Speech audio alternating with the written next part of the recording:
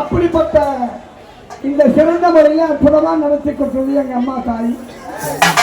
ஒரு சிறிய குழந்தை மலையனூரான்னு பேர் வச்சுங்க. இந்த குழந்தை எப்படி இந்த அக்கினியில இறங்கு சிறந்த முறையில அது வேற ஒரு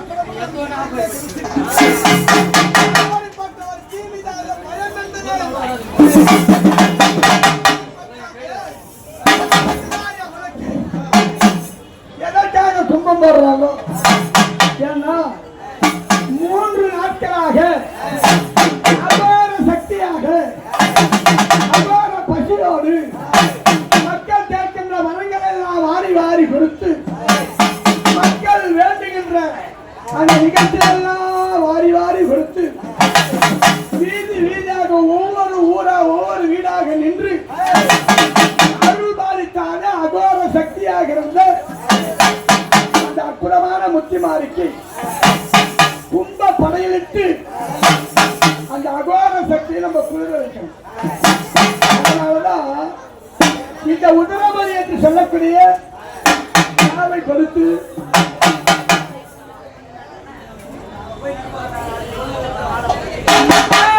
அதற்காகவே இந்த முத்துமாரியுடைய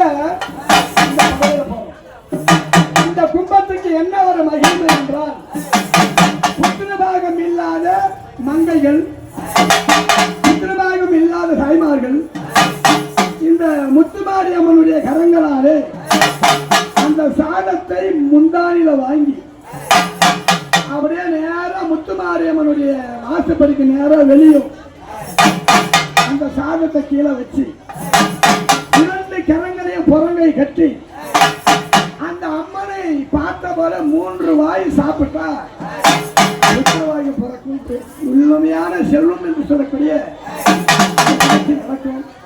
இந்த கும்பத்துக்கு அப்படிப்பட்ட ஒரு ஐதீகம் இருக்கு.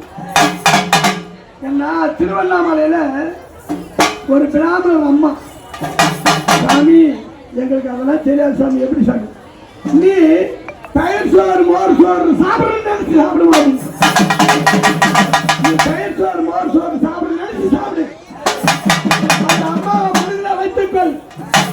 அதுதானே போகும்போது கையில குழந்தை தூக்குவாங்க. அப்படிப்பட்ட சக்தி வாய்ந்ததுதான் இந்த உலகத்திலே சிறந்த முத்துமாரியம்மன். முத்துமாரியம்மனுக்கு நம்ம படையில் போட்டிருக்கிறோம். அடிவட்டி பொங்கலிட அடுத்த தலை கொக்கரிக்க, பொங்கலிட கொண்ட சேவல் கொக்கரிக்க. முத்துமாரியம்மா உனக்கு மழை போல கும்பம் அம்மா,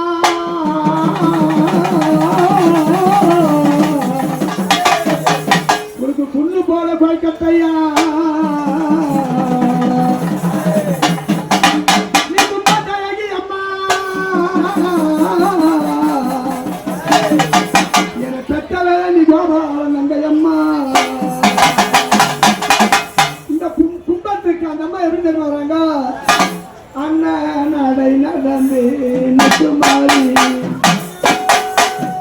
அடி வர வேணும் அம்மா முத்துமாரியே.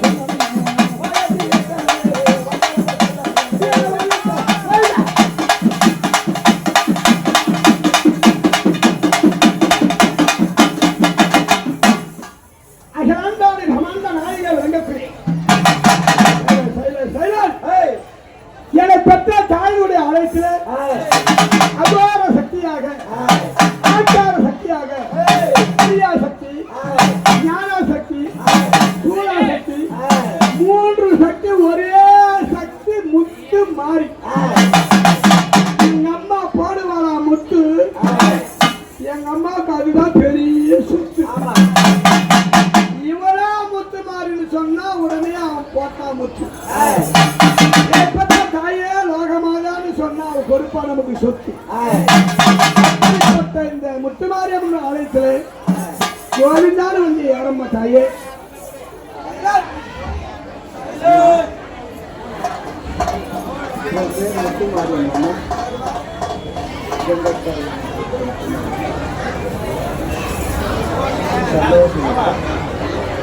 அப்படி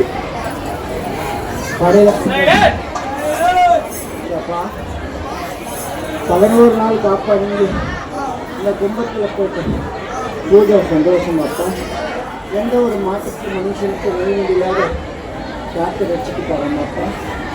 சந்தோஷமா மரபான கும்பம் போய்கிட்டு மக்கள் எல்லாம் ஒரு பசியோட ஒரு ஏக்கத்தோடு இருக்கிறாங்க. இந்த கும்பத்துக்கு நீ ஒரு கதை சொன்னது கதை அல்ல, அந்த பாடல்களோட வரலாறே அதான். ஒரு நிமிஷம் அமைதியா கேளுங்க. அந்த பாடல்களோட வரலாறே அதான். அந்த பாடல்களோட தாய் 5 பெண் பிள்ளைகள் பிறந்தது. அந்த 5 பெண் பிள்ளைகளுக்கும் அந்த தாய்க்கு ஒரு ஆண் பிள்ளை இல்லைன்னா அந்த தாய் வரும் தான். யாரு இந்த பால தாய். அந்த தாய் நீ வாக்கு சொன்ன மாதிரி குழந்தை கட்டி கிடந்தவரைத்தான் இந்த பாலகன். அந்த பாலகனுக்கு மேல இருந்து அமர்ந்து இந்த முத்துமாரியப்பா. அதே மாதிரி ஒருத்தரும் பிரசாதம் வாங்க சொல்ல பக்கத்துல வாங்கி சாப்பிட்றாங்கன்னு நினைச்சு சாப்பிடக்கூடாது. மனசார உன் குலதெய்வத்தம் இந்த தாய் முத்துமாரி கிருஷ்ணதேவியும் இருந்தும் உன் குலதெய்வமா இருந்து நீ சாப்பிட்டா இந்த ஆழத்திலே எத்தனோ பிள்ளைகளுக்கு முத்தவாய்கள் கிடைச்சிருக்கப்பா. இந்த என்ன எதுவுமே நடக்காம எதுவுமே செய்ய முடியாது. நடந்தாத்தான் அது உண்மைன்னு நம்புவாங்க. நீ சொன்ன 29 ஆண்டுக்கும் ஒரு பாலகனுக்கும் ஒரு புத்திர பாக்கியம் நிச்சயமாக நடந்தது. ஒரு பிள்ளை 11 வருஷமா புத்திர பாக்கியம் இல்லாம இருந்து புத்திர பாக்கியம் கிடைச்சது. ஆனா தாமதமா இருந்தாலும் புத்திர வாக்கியம் இல்லாம யாருக்குமே இல்லை. ஒரு சொல் பதிர ஆனாலும் அந்த தாய் முத்துமாரியம்மன் வாக்கு பதிர ஆனதே கிடையாது. எப்பவுமே மாங்கால வாக்கியம் புத்திர வாக்கியம் வியாபாரம் வீட்டு மனசார வேண்டிட்டு செய்தா நிச்சயமாக நல்லது நடக்கும் அப்பா. இந்த கும்பம் போட்டது எனக்கு சந்தோஷம். நாங்க 5 2 7 பேரும் அக்கால தந்தையும் மதியம் எப்படி பூஜை சந்தோஷமா ஏற்றுக்கிறோமோ அதே மாதிரி நான் வளர்த்த பூஜைகள் ஏற்றுக்கிறாலும் என் அக்காலம் தந்தையும் ஏற்றுக்கிற மாதிரிட்டா எல்லா பிள்ளைங்களுக்கும் இந்த பிரசாதம் கொடுக்கலாம் அப்பா. எந்த ஒரு குறைபாடு வராது. வேற எதுனா கேட்கறதுன்னா கேட்கலாம். என்ன ஒரு 3 நாளா மொத்தம் கேட்குறேன் அப்பா. எங்களை போய் நல்லபடியா நாங்கள் இன்னைக்கு 13 நாள் ஆகுது வீட்டு விட்டு வந்து 6 மாசம் 17ஆம் தேதி தான் வீட்டுக்கு போகிறோம். அப்பா எல்லாருக்கும் ஒரு வேலை உண்டு. சிவபெருமான் என்ன சொல்லியிருக்கிறார்? பார்வதி தேவி ஒரு எறும்புக்கு அவருக்கு பிரசாதம் கொடுக்கறன்னு சிவன் கிட்ட போய் சொல்லும். அந்த பிரசாதம் சிவன் பெருமான் வந்தாரு. அதே மாதிரி ஒரு ஆளுக்கு ஒரு வயிறு இருக்கு. அதனால நீ ஊரா போனாதான் அந்த கிடைக்குமாப்பா. அதனால நீ கவலைப்படாத. உன்னோட தொழில் அப்படி என்னோட வரலாறு சொல்ற பெரிய பேசிட்டு வர எந்த ஒரு குறைபாடு வராது. இந்த பிள்ளைங்களுக்கு நினைச்சது நடக்கும்.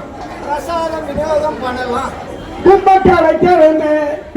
கும்பக்கா வைக்க வேணும்.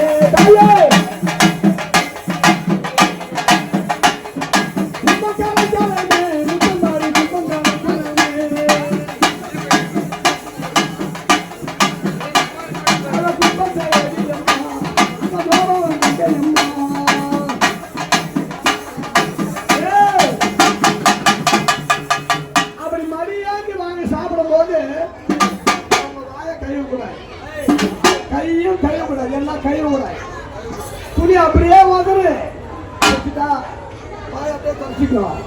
நீ கும்பக்காலைக்கா